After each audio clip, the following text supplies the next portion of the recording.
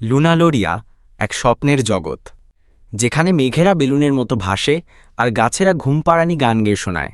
সেখানে বাস করে মিনি, এক ছোট্ট দুষ্টু জাদুকরী বিড়াল। তারারা যখন খুশি হয়, ঝলমল করে আলো ছড়ায়। একদিন হঠাৎ আকাশ থেকে চাঁদটা উধাও হয়ে গেল। চারদিকে ঘুটঘুটে অন্ধকার, যেন কেউ আর স্বপ্ন দেখতে পারছে না। কিন্তু মিমি মনে মনে প্রতিজ্ঞা করল, যে করেই হোক সে চাঁদকে ফিরিয়ে আনবেই। তাই মিমি তার উড়ন্ত কাঠবিড়ালি বন্ধু পোকোকে সাথে নিয়ে বেরিয়ে পড়ল চাঁদের খোঁজে। তারা হাসিখুশি নদী পার হল, ভয়ঙ্কর ছায়া দানবের সাথে যুদ্ধ করল, আর ক্যান্ডি দ্বীপে গিয়ে কঠিন ধাঁধার সমাধান করল। অনেক পথ পেরিয়ে অবশেষে তারা পৌঁছালো চাঁদের সেই মিষ্টি বাড়িটিতে। দেখল ছোট্ট চাঁদটা ভয়ে কাঁদছে। মিমি তখন গান গেয়ে আর পোকো তার হারমোনিকা বাজিয়ে চাঁদকে হাসিয়ে তুলল।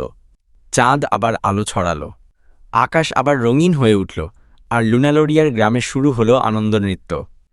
মিমি আর পোকো চাঁদের আলোতে ঘুমিয়ে পড়ল, নতুন অভিযানের স্বপ্ন দেখতে দেখতে।